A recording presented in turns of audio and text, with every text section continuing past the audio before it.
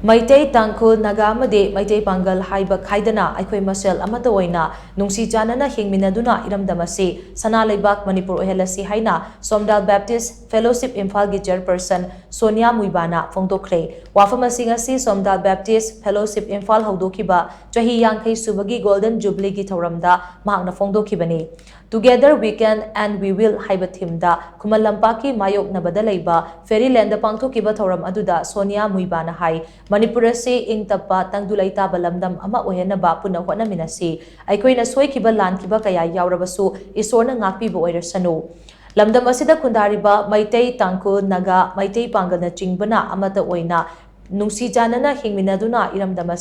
SANALEIBAK MANIPUR OIHANNABA HOTNAMINASI Fellowship asigi Golden Jubilee thauramasida tongan-tonganba mafamda mayum pankraba ningolsing amadi ahal laman kayana saruk yari haina mahangna makha taki Thoramaduda Hanagi MLA Kasim Ruibana Somdal Baptist Fellowship IMPHAL gi Puwarigi Wari Wakong Yauba Lairik ama phongdokhibaga loinana tongan-tonganba miyoi kaya amadasu ikai khumnabotki Meitei oirasu, Pangan oiragasu, Tangkhul oiragasu, Naga oiragasu, akhoi mayam marakta nungsiba poraaga leiminaba Manipur, SANALEIBAK Manipur haibasida wakhan ama dagi thodok ama chatlaga adumaina leinaba haibasi IMPHAL da leibasi handamanna hauraga church hautopane tingdagisu adagi sida leiba church mayamsu hauraga kauba yadaba ahal lamangna thambiramba